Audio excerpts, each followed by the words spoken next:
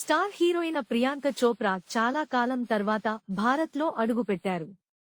ప్రస్తుతం ఆమె పర్యటనకు సంబంధించిన వార్తలు, ఫోటోలు సోషల్ మీడియాలో వైరల్ అవుతున్నాయి.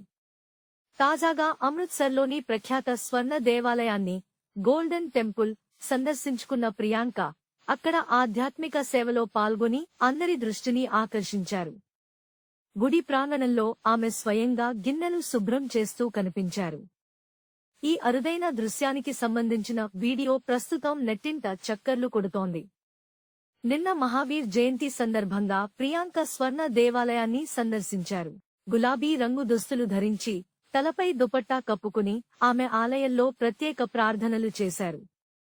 అనంతరం సిక్కు మతంలో ఎంతో పవిత్రంగా భావించే సేవలో పాల్గొన్నారు. ఆలయానికి వచ్చే భక్తుల కోసం ఉపయోగించే పాత్రలను ఆమె శ్రద్ధగా శుభ్రం చేశారు. ఎలాంటి హంగు ఆర్భాటం లేకుండా ఒక సామాన్య భక్తురాలిగా ఆమె సేవలో నిమగ్నమవడం పలువురి ప్రశంసలు అందుకుంటోంది. అయితే ప్రియాంక భారత్ పర్యటన వెనుక అసలు కారణం ఏమిటనే దానిపై ఆసక్తికరమైన చర్చ జరుగుతోంది.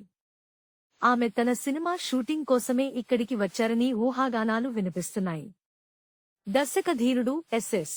రాజమౌళి ఎంతో ప్రతిష్టాత్మకంగా తెరకెక్కిస్తున్న వారణాసి అనే చిత్రంలో ప్రియాంక నటిస్తున్న విషయం తెలిసిందే. ఈ సినిమా షూటింగ్ కోసమే ఆమె పంజాబ్ ప్రాంతానికి వచ్చి ఉండొచ్చని భావిస్తున్నారు.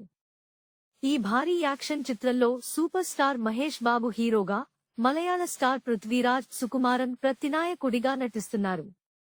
చాలా విరామం తర్వాత ప్రియాంక చోప్రా వారణాసి చిత్రంతో భారతీయ సినీ పరిశ్రమలోకి పునరాగమనం చేస్తున్నారు.